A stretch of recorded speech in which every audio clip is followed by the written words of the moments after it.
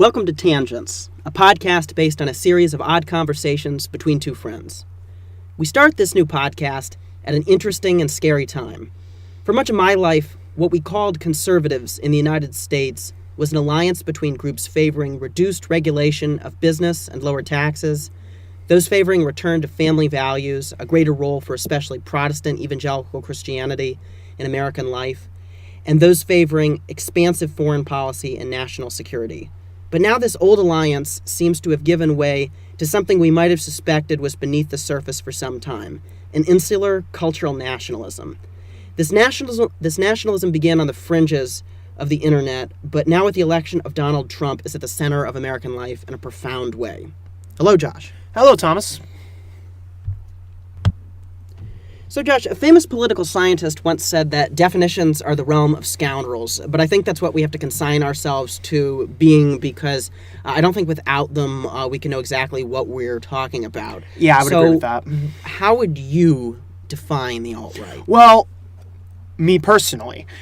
So the alt-right is a very interesting phenomenon in that it's, as we said in the intro, not really conservative in the traditional sense. Instead, I think it's more characterized by almost a new identity politics. And this identity politics is one that isn't of race. It's not one that's, sex-based. It's not one about minority groups. It's white identity politics, but it's particularly cultural determinism, which is to say... What's cultural determinism? Well, I was about to define that, which is to say that European culture is predominant and the most important, the best culture. They would say. They would absolutely say that. I'm not saying this at all. They would say. I'm not a member of the alt-right. Yes. Slight disclaimer for our listeners. And I am not either.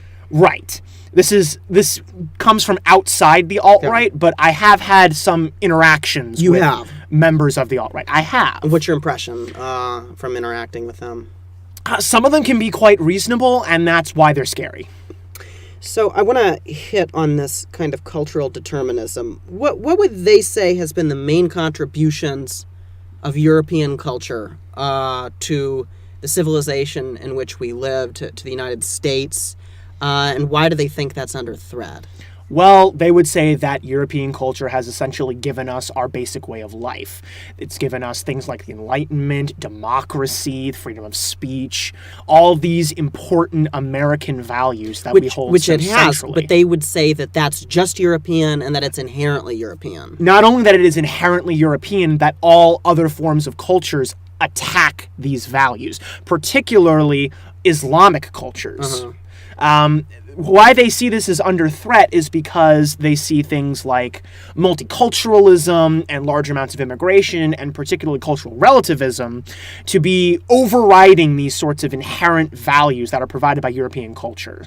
And so they would say that a group of Muslims immigrating to the United States do not bring helpful cultural elements, but instead assail inherent European elements with ideas that are harmful to the basic American way of life. So, because a group of people comes from a non-Western culture, they necessarily hold the views of that culture.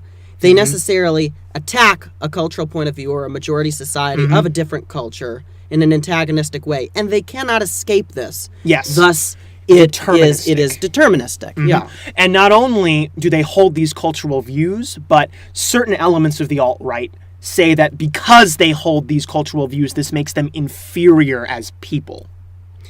Would you say that that's racist? I would say that it borders on being... Bearing in mind that race and culture are... I would say that it borders on being racist. If it's not racist, it's certainly biased against ethnicity and biased against various different forms of culture.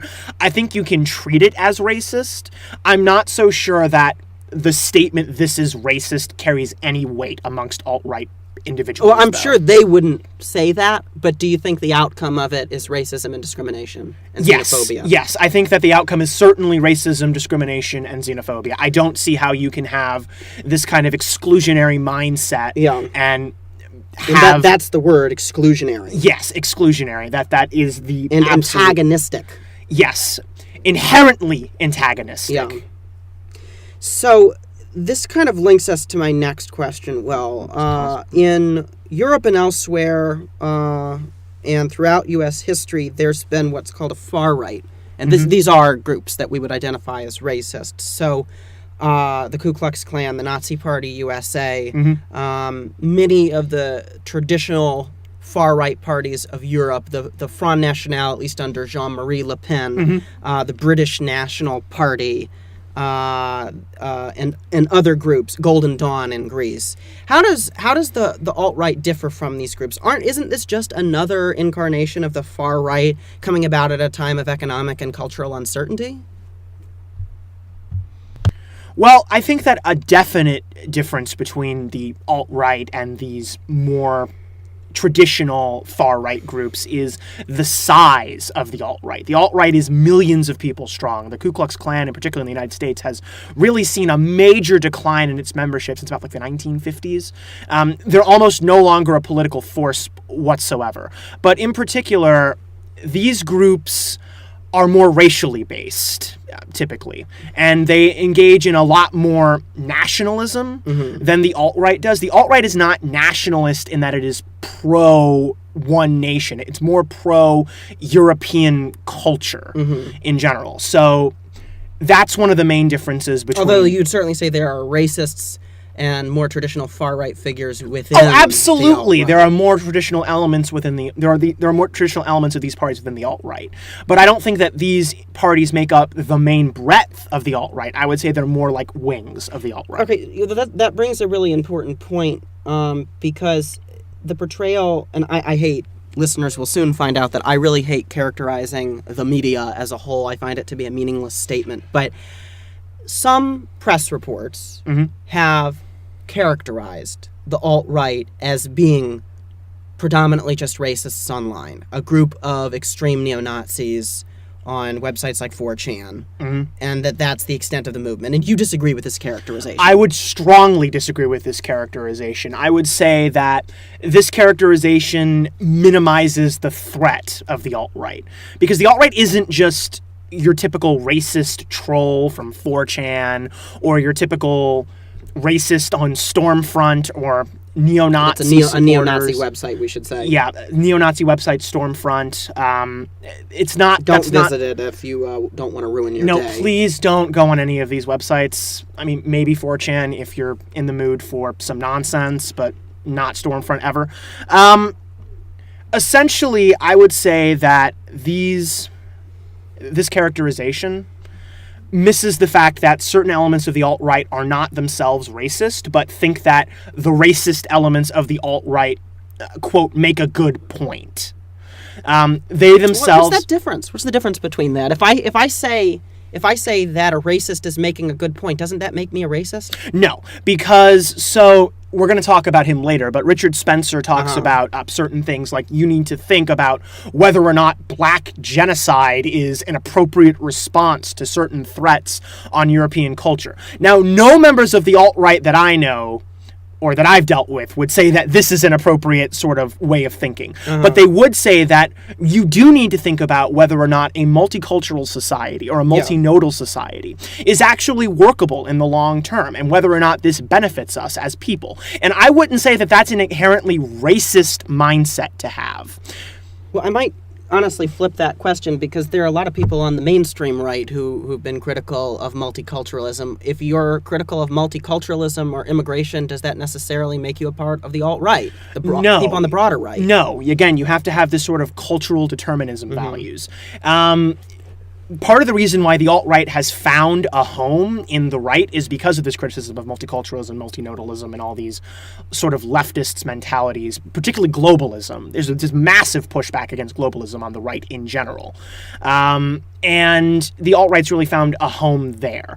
But I wouldn't say that just because you are a conservative who criticizes certain elements of multiculturalism that you're a member of the alt-right. No.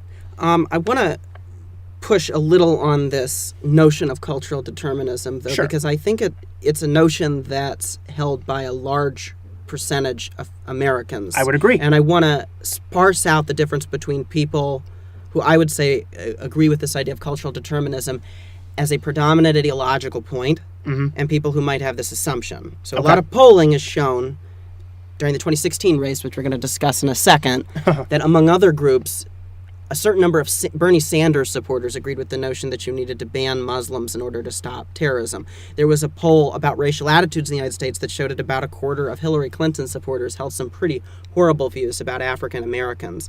A lot of people, absent good political science, social science explanations, for historical explanations for why complex phenomena like terrorism take place in the world, why some groups in society succeed better than others, simply assume through the fundamental attribution error Yes. that some people are more successful than others, and it's because of culture, if not race. Yes, and this really comes down to almost an innate tribalism that's present in human beings as part of their nature. Yep.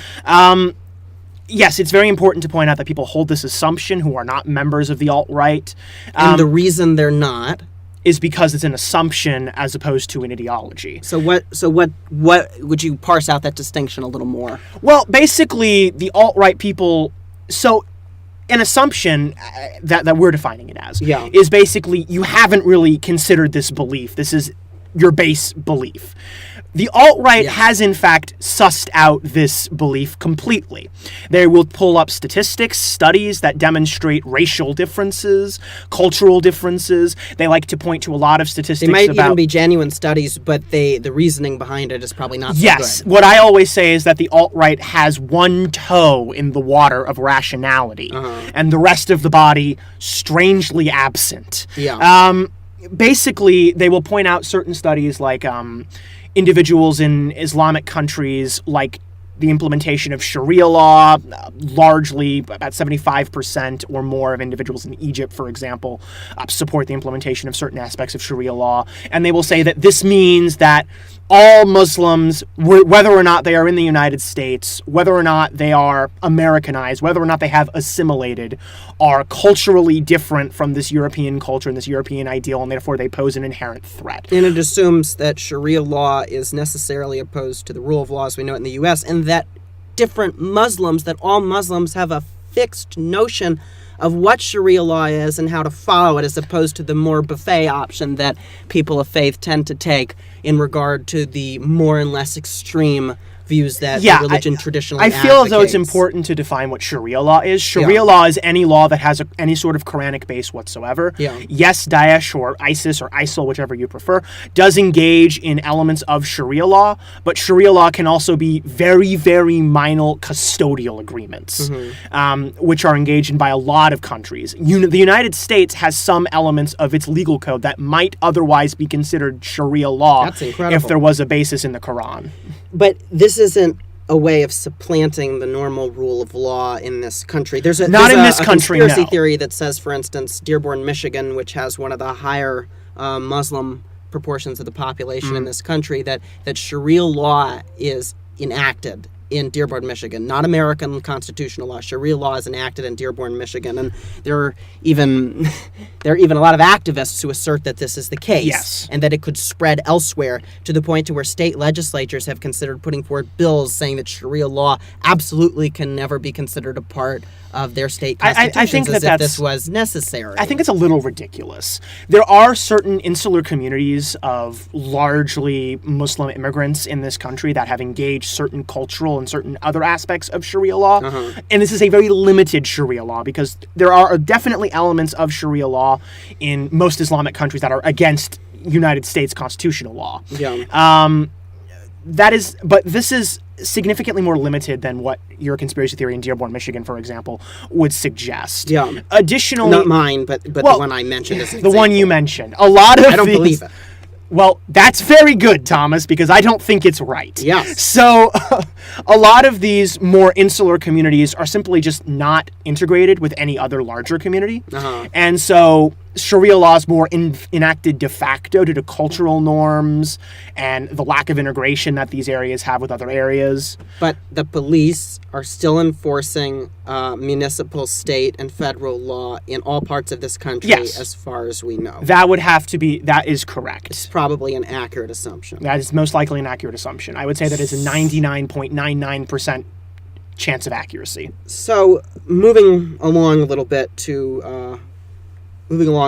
here, the question on everybody's mind in regard to the alt-right is how big was its impact on the 2016 election? Well, Thomas, it was huge. No, but actually it wasn't nearly as large as a lot of media outlets were originally reporting. The alt-right doesn't make up the majority of Trump's support base, although it does make up a sizable percentage of Trump's base. I don't think that it was decisive in the election, but it certainly benefited him greatly. They weren't active, though, say, in the 2012 election the way they were. No, absolutely not. The alt-right communities in the 2012 election, there were some. There was still Stormfront. You still had, your /poll board on 4chan, who were basically haven't really changed. They've more just become more mainstream. No, these individuals were more prone to just either not vote or to vote for random third-party candidates or endorse themselves for president at this point. So, I don't want to turn this into Trumpcast, but I know that... Hashtag Trumpcast. The next obvious... Join the conversation at hashtag Trumpcast. Which is another podcast that I don't know, I'm not sure that I would recommend. But a lot of listeners are wondering, and the question that's been in everybody's mind, given some of Trump's statements during his election... and his associations, which we'll get to in a minute, would you say that President Trump is alt-right? Absolutely not. And I think you can really see this on his recent actions in Syria. The alt-right is predominantly non-interventionist. Mm-hmm. They believe that the United States is for Europeans and, this European culture, and we should not feel an urge or a need or a desire to spread this anywhere else. We are good the way we are. So they hate neoconservatives. Oh, they absolutely despise neoconservatives. And we will get to their ties to another interesting group called the paleoconservatives in a little bit. But no, they hate the neoconservatives. So when the neoconservatives came out singing Trump's praises about the missile attack in Syria in response to Assad's use of chemical weaponry, the alt-right essentially disowned him. So, no, I do not think... The alt-right has disowned Donald Trump. To an extent. To an extent. To an extent. This healthcare law nonsense hijinks that's currently going on is bringing him back into their favor a little bit, but as has his... Why? Why? Because it's against Obama. Oh. And Obama's a globalist. Yes. And Obamacare is socialist. And it's my understanding that Obama's not of European heritage. No, he's on his dad's side. No. Actually, some members of the alt-right are very fond of the conspiracy theory that Obama was a Muslim, and that a certain Muslim individual. So was President Trump. Yeah, a certain Muslim individual in his cabinet ran the country while Obama was in office. The reason I ask, though, is that a lot of Trump's statements during the campaign, and the view that he's put forward, I think particularly when he announced the Muslim ban during the Republican primaries, would seem to suggest that he has a certain cultural determinist value, and that absolutely, if he's proposing policies on it, wouldn't you say that's because he holds an ideological assumption, and therefore doesn't that make him alt-right? So I hate to quibble, but the question is whether or not Donald Trump actually holds this ideological assumption, or whether or not Donald Trump is just using the fact that other people hold this ideological assumption to benefit himself. And we really haven't seen Trump be too ideological in office so far. Yes, we've seen him try for the Muslim ban twice now and seen courts attack it and essentially stop it from being enacted twice now. But it's not like he's continuing to harp on the Muslim ban at this point. He's sort of moved on from it. So I do think that Trump, if Trump holds his ideology, he doesn't hold it nearly as deeply as a lot of people in the alt-right do. And I think it was more just a campaign prop. He clearly agrees with the ideas behind this, but I'm not so sure if I would call Trump himself a cultural determinist. Well, one of Trump's close advisors and one of the main figures that's cited in the alt-right movement is Steve Bannon of the Unholy Trinity.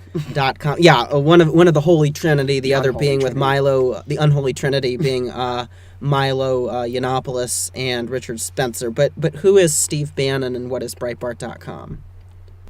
Well, Steve Bannon is a special advisor to the president and, in some people's opinion, the mind behind a lot of Trump's more reactionary and divisive policy. Sure, but what was he doing before he met Trump? Well, he served in the Army, and then he was an investment banker, Harvard graduate, actually. I think he was at Goldman Sachs, wasn't Yes, he? Goldman Sachs. That's exactly correct. And then Or after... it might have been Lehman Brothers. It was Goldman Sachs. It was Yeah. Goldman Sachs. They all And went to then Goldman Sachs. afterwards, he determined that he was going to go into Hollywood. And he invested in a very, very little-known show. Sitcom. Maybe you've heard of it. Yeah. A sitcom by the name of Seinfeld. Yes. Before it became famous and perhaps the comedic staple of our time. It's worth mentioning to our listeners that Seinfeld didn't really pick up prominence until season 4, which had, among other things, the noted episode, The Contest. God. Seinfeld took a little time to pick up momentum. Yes. This was back in the days when television could have minor sitcoms that didn't do as well in ratings and give them time to build an audience. But like a Rolling Stone, once it picked up momentum, it just kept getting faster and faster and faster and faster and faster until it finally concluded. It did. And Bannon made millions off of it. It does, because they're still in syndication Oh, today. yeah, there's still syndication today. He makes millions off of it today as well. And then he decided that he was going to switch his perspective to some political documentaries. Notably, he made the documentary for Sarah Palin, Unbreakable, I believe, as well as... Also one on Ronald Reagan. One on Ronald Reagan, and then there's one on the passing of a person we're about to talk about a little bit, Andrew Breitbart. Yes. Andrew Breitbart was the one who created Breitbart News initially. Breitbart News Would you say been... he's alt-right, just to... Breitbart? Andrew Breitbart. Perhaps. It's possible that he was He's usually portrayed as less extreme than Bannon. He's significantly less extreme than Bannon. He's significantly less extreme than most people in the alt-right. Although definitely very right-wing figure. No, he's very right-wing. Breitbart News was described as the news source for people who thought that Fox News was too left-wing for them. It was also called, and this is under Bannon's tenureship, the alt-right's Pravda. But Pravda's more subtle. Yeah, one analyst observed that Pravda was more subtle. No. Bannon took over Breitbart News after Breitbart's death in 2012 and made a documentary about his death, blaming essentially the left wing for it, saying that he was assassinated because of things that he knew, and turned it into perhaps the most well-known and most widely used source of news for the alt-right. He's included articles about conspiracy theories about Hillary Clinton's health on this website, defenses of the Confederate flag, certain Yes. very, very much... Fly it high, they say. Not only fly it high, but that we should fly it in every southern state, on every court building, on every single... in the governor's mansion. People should not feel ashamed of their southern pride. Yeah. And really advancing the lost cause narrative. And he's also highly critical of ideologies that have been seen to be leftist, and ideological movements like feminism, LGBT rights, things like that. So Breitbart News has essentially become the go-to source for most alt-right people to find news that they don't see as biased by the liberal media. So one of the other figures, and I think it's safe to say the most extreme high-profile alt-right figure who tends to come up, and someone who claims to have come up with the name alternative right, is Richard Spencer. So, him. I'm sure you love talking about Richard Spencer. But what can you tell us about Richard Spencer? Well, he's most well known for being punched in the face repeatedly. At the time of this recording, I believe that the current Richard something in Spencer common with Alex Jones. Then, yeah, the current Richard Spencer face punch count is between 3 and 4. Although we might have had a definite 4th confirmation while this podcast is being recorded. We will let our listeners know what the current Richard Spencer we'll provide face count updates punch in is. future podcasts. Absolutely. The number of times Richard Spencer. I am more than happy to face. provide a running count of the Richard Spencer face punch count. In all seriousness, though, he's perhaps the leading intellectual in the alt-right. If you can call him that. Well, you can, because he's an unwilling disciple and not unwilling both in his own view and unwilling in this individual's view, of Paul Gottfried, who's a paleoconservative and is considered perhaps the Jewish godfather of the alt-right by some. I guess briefly, who is Gottfried and paleoconservatives? Well, How does it relate? Well, Gottfried was, as I mentioned, a Jewish intellectual. He's older at this point. He promoted certain ideas of what he called race realism and other aspects. And paleoconservatives were the counter to neoconservatives, where neoconservatives sort of embrace certain ideas of globalism and global intervention. Paleoconservatives argued that this wasn't, in fact, conservative at all, and that the neoconservatives had become liberals, although the alt-right prefers the term cuck-servatives. Yes, a pretty derogatory term. An incredibly derogatory term, and also one that's weirdly fetishistic. So how does this relate back to Spencer? Well, Spencer adopted a lot of his views from Gottfried and the paleoconservatives. He advocates for European culture for Europeans and African culture for Africans and Asian culture for Asians. He says that multicultural, multinodal societies are inherently self-destructive, that they don't work, that they're not beneficial, and that we need to create a European state in the United States and all of Europe for solely European people who have been socialized under European culture. He calls for things like a peaceful ethnic cleansing of minorities, the complete caesura of all immigration, and a bunch of other wonderful policy decisions. Go ahead. So this idea, peaceful ethnic cleansing, would you say that history, the tragic historical experience in this country and throughout the world maybe indicates that has never, ever happened, that is not possible, that is highly problematic, that any advocacy of ethnic cleansing is the advocacy of violence and tragedy? And most likely genocide.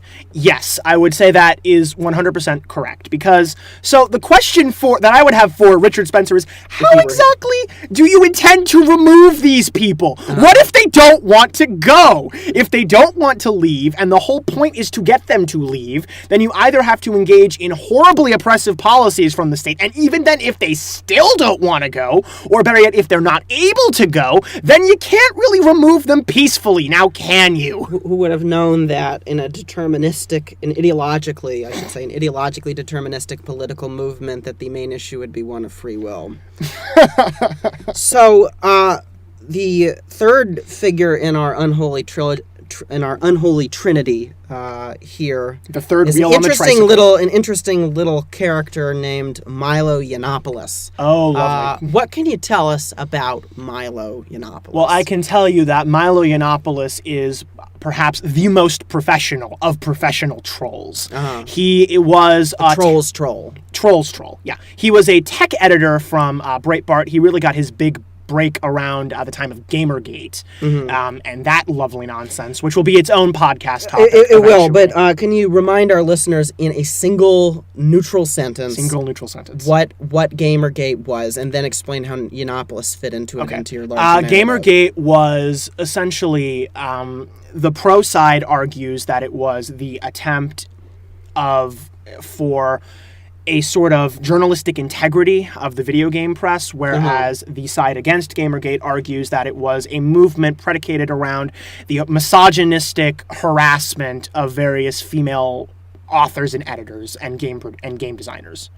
Yiannopoulos... This is around 2013 or so. Yes, around 2013, 2014. Yiannopoulos was a very, very prominent supporter of Gamergate and actually got a lot of traffic to Breitbart by being a prominent supporter of Gamergate, despite previously having decried video games, which is why I call him a professional troll. He is perhaps best known for utilizing his diverse ethnic background, given that his family were Greek immigrants. He himself is technically Jewish. He's gay, and he prefers black men, apparently, to give the alt-right less of a racist sort of exclusionary mindset. He's perhaps one of the best example I can give you of Milo Yiannopoulos is there was a picture that went absolutely viral on his Twitter of a book of a copy of Mein Kampf with a bookmark in it, while he reclines on a couch reading a book called How to Please Black Men (parentheses sexually). Additionally, Yiannopoulos is well known for a Twitter campaign in which he asked his Twitter followers which is worse, feminism or cancer, and also for a very high-profile feud with actress Leslie Jones, in which he compared her to a monkey and was banned from Twitter. It is worth noting to our listeners that Miss Jones is African American. He gained some notoriety, particularly recently, by engaging on a series of college campus tours, which, and please forgive my language, that he called the Dangerous Faggot Tour. Yes. In which he would come to college campuses and try to provoke a strong reaction by expounding his rather extreme views, among them including a very violent incident at the University of California, Berkeley, which also had also prevented another speaker recently, Ann Coulter, who definitely has a relationship with the alt-right. Sadly, so sadly, we don't have time to get into Miss Coulter's problems. Unfortunately. But what can you tell us about what happened at Berkeley specifically, and what Yiannopoulos' role was? Well, what happened at Berkeley was essentially Yiannopoulos was originally going to be allowed to speak, but protests grew so violent. It was a private event that he was invited to. It was a private event he was invited to. He was invited by an on-campus organization. Yeah, they don't call it grounds. They don't call it grounds there. And the protests grew so violent, particularly from, as the administration reports, non-student protesters who came into the college campus just to protest Yiannopoulos. There was property damage, fire bombs, people were pepper sprayed. It got completely out of hand. And although there were a lot of protesters there who were just trying to express their opposition to Yiannopoulos' views. There were absolutely peaceful protests going on, but there was this violent component by individuals of the alt-right calls Antifa, anti-fascist, which means anti-fascist, yes, that we might otherwise know as the Black Bloc. Those sorts of individuals were there, and they protested so violently that Yiannopoulos' event was canceled, which he immediately made a bunch of tweets about. President Donald Trump decried Berkeley for canceling Yiannopoulos' speech, saying that the university was opposed to freedom of speech. And Yiannopoulos rode this wave of publicity to appearances on traditionally liberal talk shows like Bill Maher, where Maher compared him to, quote, a gay Hitchens, which is funny because I think Hitchens is the gay Hitchens. We'll talk in a different episode about some of the changes that are going on the extreme left and the identity left, but I want to get specifically into what Yiannopoulos' purpose here in regard to free speech, and how he uses incidents like this. Do you think he was really interested in free speech, or do you think he wants a strong reaction for publicity? I think that's a loaded question. He calls his tour the Dangerous Faggot Tour. Yeah. He has a bus on it with a picture of his face and an arrow and the labeling Dangerous Faggot. He was part of an event earlier in 2016 that he called The Triggering, in which he, a feminist academic by the name of Christina Hoff Sommers, who promotes certain ideas that are against traditional intersexual feminism, and Steven Crowder, who's considered a conservative comedian. Yeah. Yes, they do exist. No, they're not very funny. Spoke on a campus, and Yiannopoulos' opening remarks were, "Feminism is cancer and Black Lives Matter is racist. Thank you very much. Sit down." So what do you think, Thomas?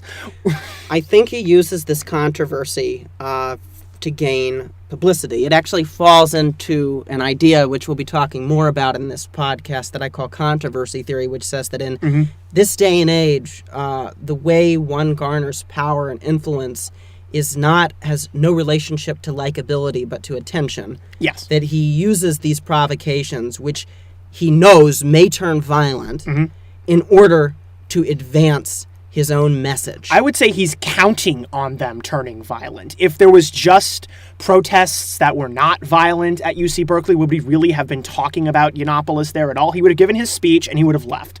And it wouldn't have been that big of a problem. But because the left is reacting in this visceral, violent method, Yiannopoulos remains in sort of the cultural zeitgeist of our time and remains important, which again is why I consider him the most professional and perhaps the most successful of professional trolls. I want to hit one more point here, and this is a point that left-wing critics often make of alt-right figures. He might not have said to people, I want you to riot and destroy coffee shops, or I want you to punch Richard Spencer in the face. Mm-hmm.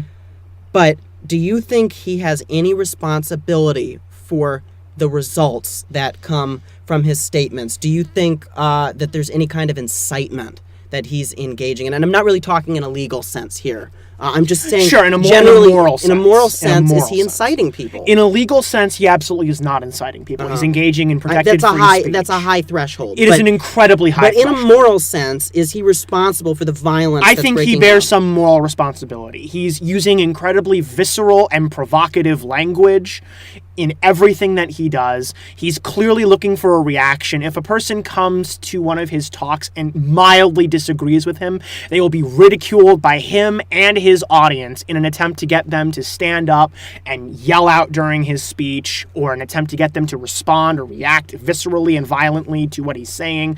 So, no, I don't think that he's legally inciting violence, but I do think that he bears some moral responsibility, And to be sure. it gives him an enemy.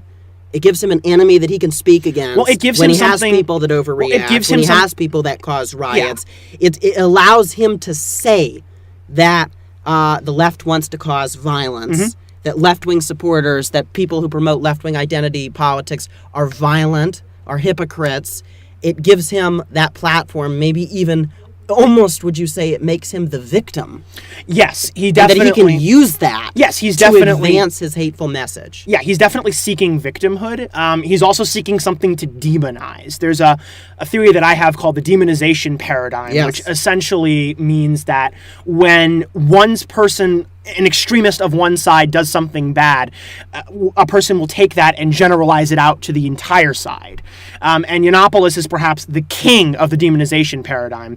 His supporters downright believe that every single left-wing supporter is behind these individuals who are being violent, who are being disruptive, who are being almost completely terrible. You might almost say in it's his deterministic. speech. Absolutely. The fact that they're left-wing is deterministic to the fact that they're violent. Mm-hmm.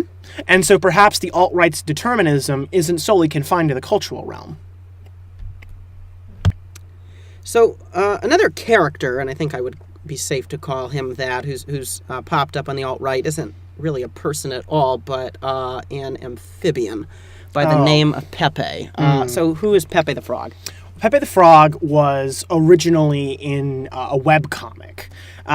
Pretty niche webcomic. He was known for two phrases: feels good man, which was the original context of what he said, and feels bad man, which is of course the opposite, and features a poorly drawn, very sad-looking frog. Mm-hmm. Feels Bad Man has actually become more popular than the original context of Feels Good Man. But Pepe had gained some international sort of popularity when celebrities like Katy Perry and Kanye West retweeted him in 2015, and was then pretty quickly appropriated by the alt-right, who decided to give him Nazi paraphernalia, Ku Klux Klan paraphernalia, Make America Great Again hats, and whatnot, and make him their meme of choice, to the point where the Anti-Defamation League actually ruled that Pepe, the meme frog, was in fact... To the extent that the Anti-Defamation League can rule anything. To the extent that the Anti-Defamation League understands meme frogs, an alt-right and white supremacist symbol, on par with the swastika. Would you say that he's on par with the swastika? I would say perhaps the rarest of rare Pepes, which is to say that the least common memes might be on par with this sort of There have been some pretty incredible bad white ones. supremacists. There's been some very bad ones.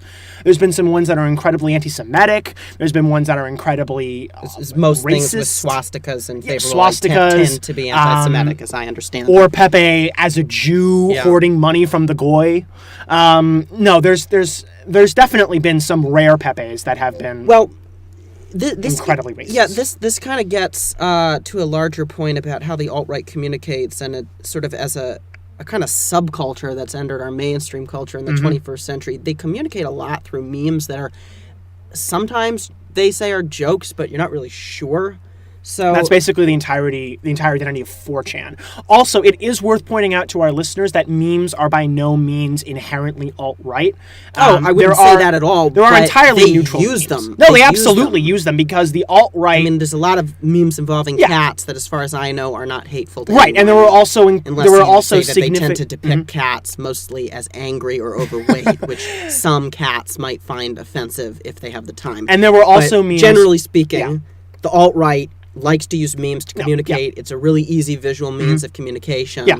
And Pepe falls into this pattern. There were also memes for the Bernie Sanders campaign, particularly of a bird that landed on his podium one time when he was giving a speech. That was memed up to hell and back. But how does the alt-right use these? How would you say the alt-right uses these? And can you give a few examples?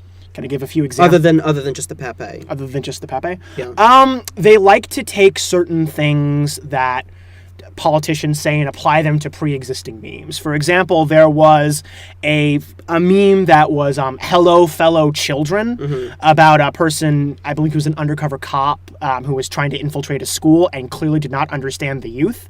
And they took some what they called cringe compilations of Hillary Clinton saying certain things like "May the Force be with you" while making a Star Trek symbol at the end of a talk show. And then also when she said, "I don't understand Pokemon Go, but I do understand Pokemon Go to the polls."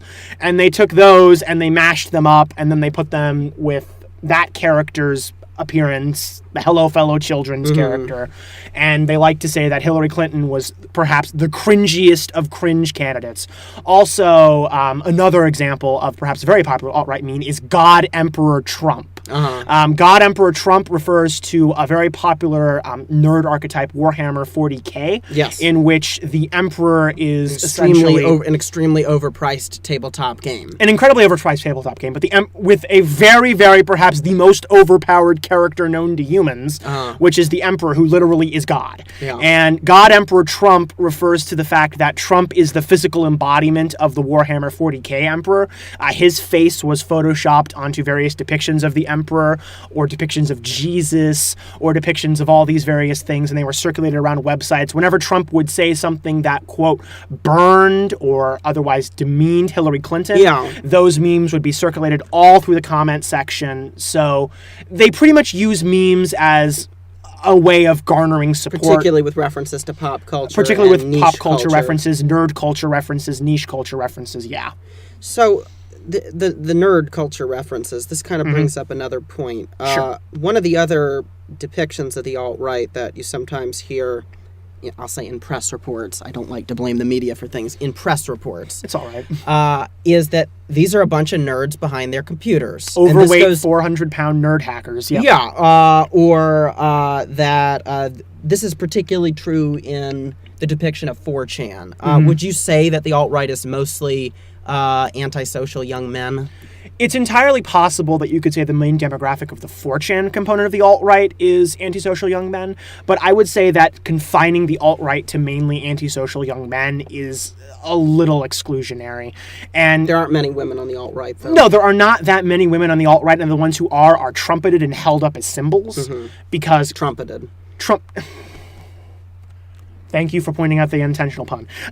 Yes, trumpeted and held up as symbols because clearly now the alt-right can't be sexist because we have women. I do think that the alt-right is predominantly... Or minorities. Yeah. Like Yiannopoulos. Like Yiannopoulos. Or I do think that the alt-right is predominantly men, and I do think that a lot of these men... predominantly white. Yeah, definitely predominantly white. And I do think that a lot of these men feel as though culture has passed them by and that society has sort of failed them in some perspective. This is, again, more the mentality of 4chan than specifically the alt-right, but there is absolutely a component of the alt-right that is socially ostracized or they feel as though they're socially ostracized young white men. So another important component, I think particularly when we talk about the 2016 election to the alt-right is, and you could argue to extreme ideological movements generally, is their relationship to facts and to the truth. And I want you to explain to me What's their relationship to facts and the truth? How does fake news figure into this? And what is Pizzagate? Well, Pizzagate is fake news and figures into this very, very prominently. But we'll get into that in a second. The alt-right has a very, very interesting relationship to facts. They like to use studies and they like to source things. Mm-hmm. As we discussed earlier. But their interpretations of what the facts are harebrained and completely illogical. A rational person who sees the material that an alt-right person thinks is damning or conclusive would come to a very different conclusion. Also, the alt-right is very, very fond of demonizing the thing that Thomas hates to demonize, the liberal media. Uh-huh. They essentially engage in poisoning the well fallacy, which is to say that if it comes from one of these liberal sources, it must be false. That's why Breitbart has really developed. That's why you have people like Alex Jones gaining new popularity. Well, that's why it resonates with them when such high-profile figures as the President of the United States, for instance, refers to the media as the enemy of the people. Lügenpresse. Yeah, which Richard Spencer, I don't think Trump has said that term, but Richard Spencer's famously used this Nazi-era term to refer to a lying press. Yes. Or to a cultural group that is separate from us, that panders a set of ideas that we do not accept. And would you say that's accurate? I would say that's incredibly accurate. So they have a tenuous relationship with the truth. How did this figure into Pizzagate? Well, Pizzagate is, for our listeners who don't know, the most harebrained of harebrained conspiracy theories. That is quite a statement. Well, it essentially advocates that the moon landing was faked. Hang on, we got to walk through this. The moon landing was faked. I think there's more evidence that there's... I think that the moon landing was faked by Stanley Kubrick has more evidence. JFK assassination. Yes. And you're saying Pizzagate is worse than all of them? Yes, because Pizzagate... That is a statement. Yes, because Pizzagate is the conspiracy theory that there is an international pedophile ring operating in the high levels of U.S. government, which involved Bill Clinton, Hillary Clinton, Barack Obama, Michelle Obama, George W. Bush, George H.W. Bush, perhaps even Ronald Reagan. It's the understanding that there is a distinct group of high-level politicians across both parties that seek to engage in the pleasures of the flesh with incredibly young children. That's usually the definition of pedophilia, as I understand it. Yes, but these are trafficked from foreign countries, and there's an entire conspiracy theory about how John Podesta, Hillary Clinton's former campaign manager, was involved... Not a friend of the alt-right. No, not a friend of the alt-right at all. Who was involved in actually procuring specific individuals for Clinton's pleasure. And a lot of this sourcing comes from the fact that Podesta's emails were hacked. Yes. And there were... We'll get into Russia and the DNC in a sec, because it's important. And there were... How did this wild set of ideas come crashing and banging into reality? Well, let me get... And what does this tell us about the alt-right, its relationship to the truth, and why they're so dangerous? Well, let me first get to what the information was that they received. Food is the key to all of this. Yeah. John Podesta, in his emails, food's the key to life. Liked to talk a lot about food. Uh-huh. Certain times when John Podesta talked about food, not all the times when John Podesta talked about food, the alt-right members, particularly of 4chan, determined that there was a problem and that this couldn't be actually referring to food. Particularly, the original was that cheese pizza, or CP as it's known in 4chan, was obviously references to child pornography. Yeah. An entire sort of decoding key was developed based off of these assumptions, and I cannot find a single piece of evidence, even from traditionally pro-pedophilic sites, that any of this terminology is actually widely used amongst that community. But it essentially listed a variety of different food items as a variety of different either sex acts or particular individuals involved in said sex acts. And this came crashing and banging into reality when a person, motivated by these conspiracy theories, determined that there was in fact sexual trafficking going on at Comet Ping Pong, which is a pizza place in Washington, D.C. Actually, a pretty good pizza place in Washington, D.C. Yeah. We recommend it. It's highly recommended. A lot of lobbyists go there. Yeah. Had determined they like their shellfish a lot better. They like their shellfish a lot better. Yes, they also like their walnut sauce. Maybe a subject for a different discussion. But anyway, essentially, he came thinking that there was child trafficking going on, and brought with him a loaded gun. He determined that he was not going to get answers from the Comet Ping Pong staff and fired into the air twice, scaring the hell out of everyone in the restaurant and causing a scene that he was eventually arrested by police. He was also shown the restaurant and determined, quote, there was no evidence of child trafficking that he could see. But he was specifically careful to mention that just because he couldn't see it didn't mean it wasn't there. So, and I think that this really demonstrates the tenuous grasp that the alt-right has on facts, because they will deny things like the Russian DNC hacks and accept as complete fact things like Pizzagate. So you mentioned the Russian hacking of the DNC that happened last spring during the Democratic primaries. The alt-right figured into this story. What did they think of it? Well, they thought it was fake news.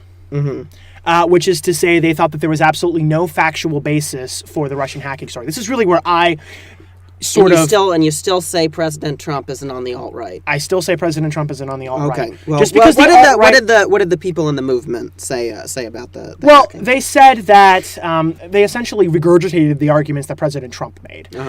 They stated that the CIA... Well, first they pointed out that the organizations in the United States, the intelligence organizations, did not agree.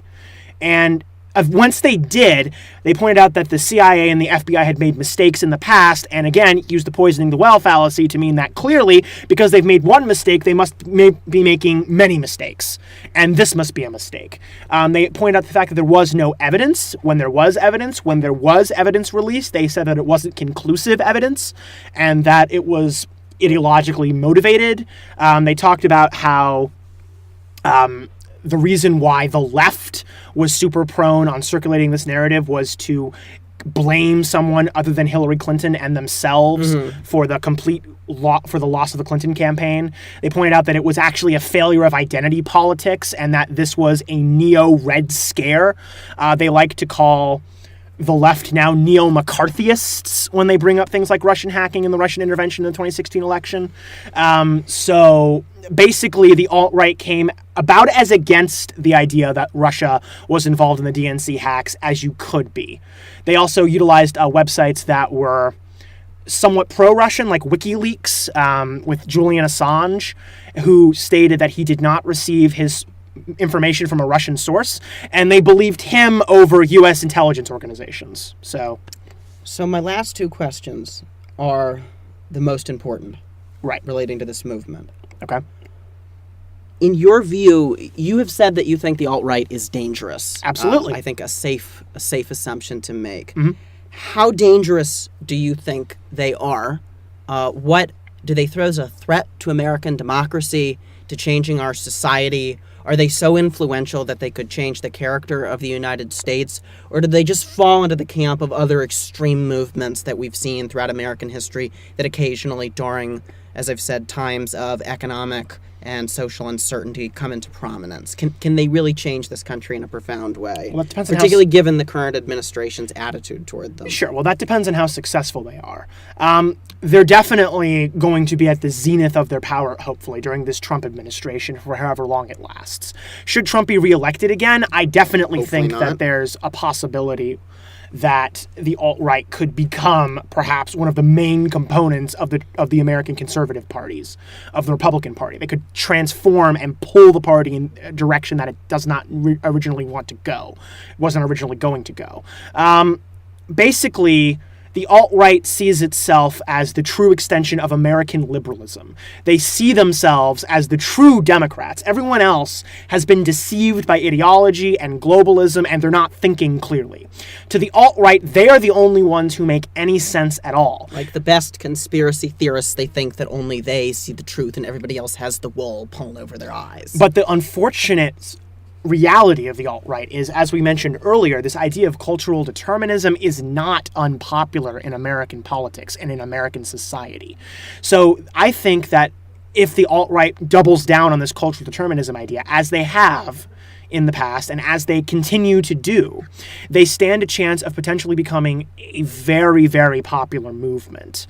And if they can especially differentiate themselves from the cries of fascism, and again, as we'll talk about in another podcast, with the new left's declaration that anyone who opposes them is a fascist, these words are becoming meaningless. And these words becoming meaningless means that the labels that the alt-right has rightly put on them in some cases do not mean as much as they should, or as they would have 20 years ago, or 10 years ago, or even 5 years ago. Or the ways that the left tries to attack the alt-right becomes less potent itself. Yes, it grants the alt-right legitimacy. All people on the alt-right fascists or neo-Nazis, we demonstrated that's a part of it, to be sure. But there's a much broader constituency. There's a much broader group of people here. It becomes less powerful and less evocative when you put this label on the whole group, dangerous though it is. Yes, I agree 100%. So, this is the last question. Okay. I'm going to start with an assertion. I'd assert to you that all political movements in American history have limits. After a meteoric rise, they go too far, they provoke a reaction, and their influence wanes. Does this apply to the alt-right, and if so, in what way? Well, the alt-right is definitely incapable of being a global movement. They've tried. They were recently... The alt-right attempted to retweet and otherwise promulgate Le Pen propaganda in France, in English. We should mention there's another podcast coming up about that election. Yes, and Pepe memes and all that. And not too effectively. No, the French did not take kindly to Americans. Pepe the Frog. Pepe the Frog, which has a French name. And is not particularly well liked in France. Yeah. So I don't think that they're going to ever extend outside of the United States. I don't think that we have the same kind of risk of sort of an alt-right order in the way that you have almost a neoliberal order before them. Although movements that have this cultural deterministic, that are characterized by this cultural determinism could certainly apply in other countries. Yes, but I think that these movements are inherently exclusionary, and therefore they're not going to be able to unite together. Yes. It's hard to form a nationalism when you think your own nation is the best. Within the United States, many of the values that the alt-right holds and many of the values that the traditionally dominant neoconservatives hold are mutually exclusive. There is some commonality there, and someone who's able to bridge that gap might be able to successfully pull the alt-right into the mainstream more than they already are, and might be able to form a government on the basis of at least some alt-right policy. But currently, the alt-right has to do battle with the neoconservatives, and the neoconservatives remain the more popular and the most popular conservative faction in the United States. So what is the limits of the alt-right? I don't think that you're going to have an alt-right candidate for president anytime soon. Or not just the neoconservatives, as under the Bush administration, we should say, but more mainstream conservatives, yes, libertarians. Although a lot of libertarians are also have certain alt-right views. Yes. Again, there is commonality there, but the movement as a whole is currently not definitive of the Republican Party. Well, I think it's time for the intellectual buffet, where we share something that we've been thinking about each Excuse me, Thomas. Yes? We cannot have the intellectual buffet today. I am filibustering it. Oh? Well, and I don't think you can stop it, and I don't think this is a rule we agreed to. It doesn't matter. Just like the Senate did in 1917, I am instituting a new norm. Unfortunately, this new norm was just recently taken away, so I guess I can't. And the result of the complete, sort of dismissal of the filibuster in judicial nominees was that Neil Gorsuch was appointed to the Supreme Court fairly recently, and boy, did he have a first day. So Gorsuch decided to make his first point in the Supreme Court that people should just read the law and understand what it says. This is apparently a profound notion for the Supreme Court.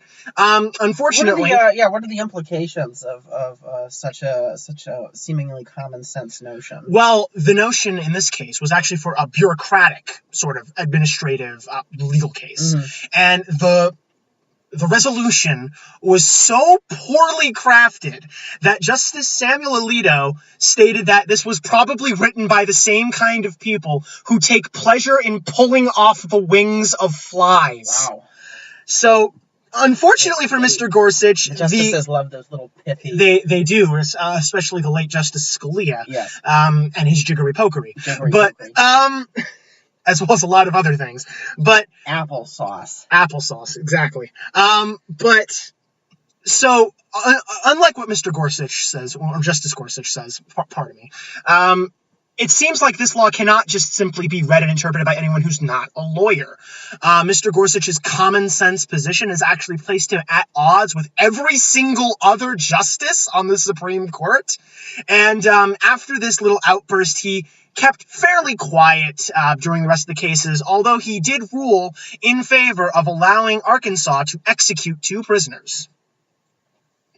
And what have you brought to our intellectual buffet today, Thomas? Well, this is a little bit dated and happened more than a month ago, but I want to talk about President Trump's decision not to label China a currency manipulator, something he claimed to despite the fact that China's manipulating its currency. Yeah, despite that fact, and despite this notion that's been around for a while, both on the right and the left in American politics. Look, Thomas, I'm going to assert that this decision and the seemingly good outcome of the meeting he had at Mar-a-Lago with Chinese President Xi Jinping is the most important thing that's happened in the Trump administration so far. It is more important than anything that's been done on healthcare. It's more important than the Supreme Court. It's actually more important than what's going on in North Korea right now. Because after being elected, I think within a week of being elected, Trump said that he might be open to reconsidering the One China policy and potentially using this as a bargaining chip in getting better trade deals. I would assert that that is the stupidest and most irresponsible thing that I have ever heard anybody who's been elected or to hold the office of president has ever said. So, it is Thomas, legitimately the dumbest and most dangerous thing you could possibly suggest. Thomas, what you're saying is that Donald Trump's China policy remains a huge mess. Your words, not mine. No. Those are your words. I just read the words that you use. Those are your words. It's your fault. That's one interpretation. Anyway, from our lovely new podcast, Tangents, I'm Josh with Thomas. Thank you for listening, and have a lovely rest of your week.